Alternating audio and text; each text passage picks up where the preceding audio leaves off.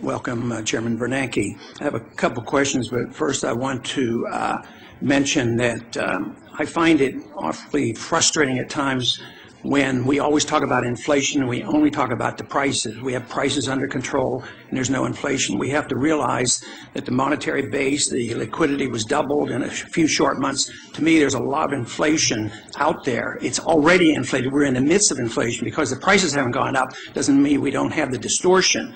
And it was that system that gave us the financial bubble, the artificially low interest rates, the malinvestment, and all the mistakes made. And now we're trying to correct all that by doing the very, very same thing. So I think someday we're going to have to address this somewhat differently, because I'm not very optimistic that we can solve our problems with more spending and more borrowing and more inflation in order to solve those problems. But you answered this question several times, and I want to bring it up again, and that has to do when will some of this liquidity be drained? And I don't think the answers you've given is very specific, and I don't expect that I will get a more specific answer, but I'm going to try.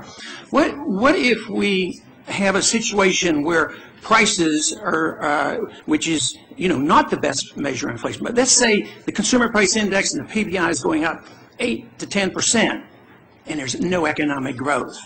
Where are you then? Because that's not impossible. It's happened. It's happened in our history. It happens throughout the world. It's a common thing. It puts you behind between the rock and a hard place. If you drain, interest rates go up, the economy further crashes. If you don't, you have the explosion. Can you give me an idea what you precisely would do if you faced a situation where prices were going up 10% with no economic growth? Well, I think that's an unlikely scenario, but we certainly would have to take steps to ensure price stability, because if inflation gets out of control, we know that has very adverse effects on the economy, both in the medium and long term, and so we would obviously have to address that.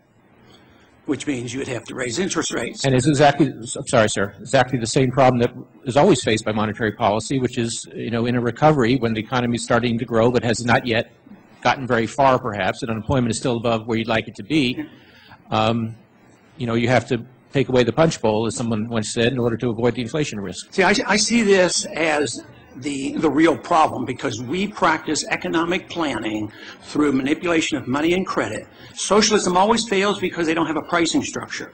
Interventionism and inflationism fails because we don't have a free market pricing system of money, the interest rates. Therefore, it fails. It comes to a conclusion, and inevitably it leads to a more socialized economy. Just witness what we're talking about: taking over companies, taking over insurance companies, taking over banks.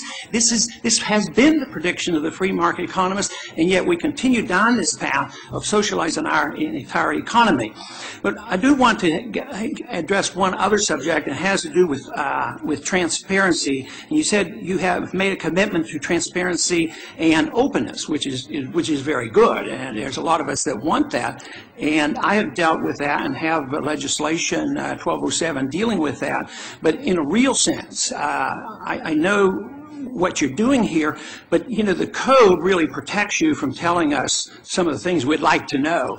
For instance, in 1978, when the GAO was given the authority to audit the Fed, it put the exclusions in there, but you can't ask these questions. Precisely, if I wanted to know about all your agreements and discussions with foreign central banks, with foreign governments, with international financial organizations, you have no obligation, and you haven't volunteered to do this.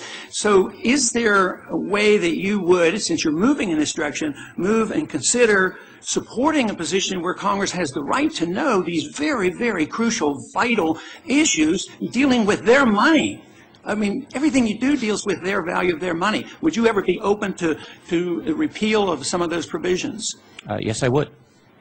Now, let me be specific.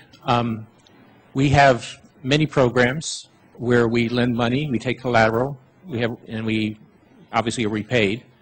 I just want to assure you, first of all, that we have very substantial oversight and controls. We have, besides internal divisions which monitor these things, we have an independent IG, and we have an external auditing company, a private company, which provides audits every year and has given us a clean bill of health on all our financial controls, all at the level of Sarbanes-Oxley requirements. That being said, if Congress needs more information about the operations that we are doing, exactly how we manage our collateral, how we manage our lending, those sorts of things, I think we can talk to you about providing more information about that, and if necessary, working with the GAO.